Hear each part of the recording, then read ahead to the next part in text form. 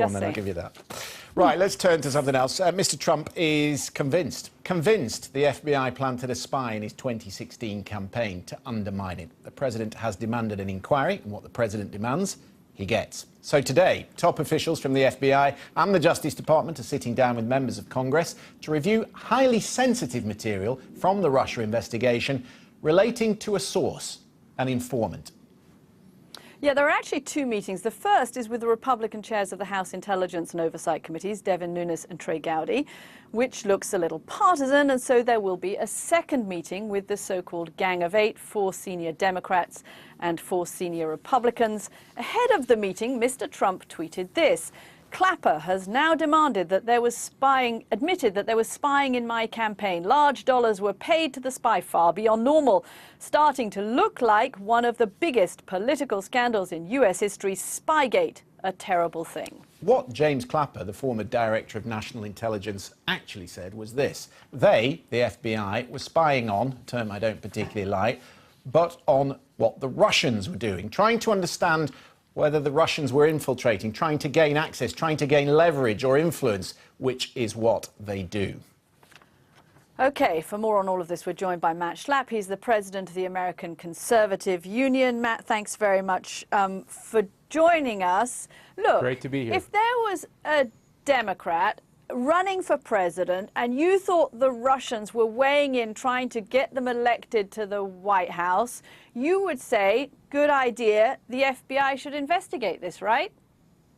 No, actually, I would do the opposite. If I had been President Obama, I would have gone public with the fact that the Russians were trying to affect our elections. I would have at least briefed both presidential campaigns in a fair and even manner, and I would have warned them that the Russian operatives are being surveilled, and that could include interactions with people in their orbits. Instead, and this is very important, what President Obama did is he decided to not go public to tell the American people and to tell the American voter what was happening. He did not protect us from the Russian influence. Instead, he tried to ensnare Team Trump by spying on them, by unmasking them, by doing everything he conceivably do to listen in on them. And now the politics of this have actually turned to Donald Trump's favor in a really unremarkable way, in a remarkable way. So you don't think it would be a good idea for intelligence services to send out feelers, to have conversations with people on a campaign, to try and find out what they knew, and maybe even to say, listen, if you hear anything, what is it you said after 9/11, see something, say something. If you see something, tell us. Good idea, right? Yeah, but I think it's a great idea to protect the American people from the Russian government or any government who wants to influence our election. The problem with the way Obama did it is it looked like what they were actually trying to do was listen in on Team Trump conversations. This is not about Obama, though. This is about the FBI and what they did. No, it's not. Okay. The FBI reports to the president, and I believe that President Obama knew the full extent of the activities that were happening, from the unmasking of conversations by people in his foreign policy positions in his administration. I think he was aware of what the FBI was doing. And, Caddy, I think it would have been much better if he had simply brought the campaigns in and briefed them and said, look, we're going to be surveilling Russians, and they could interact with your campaign. We want you to be aware of it. Instead, they wanted to trap Donald Trump and the Trump campaign. It looks political, and it's one of the reasons why the American people are starting to have improved feelings about Donald Trump and his presidency, because they feel like this is all unfair and political. I'm probably not being very smart here, Matt, but I want to take you back to that point. If the FBI had been investigating and found that there had been a Russian link, and the President Obama, was privy to that intelligence, how better to undermine the Trump campaign and say, hey, you know what, they're dealing with the Russians. Why wouldn't you just leak it? Well, they did, as you know, they leaked a lot of things throughout that campaign. Well, we talked about Russian. That would hold his campaign.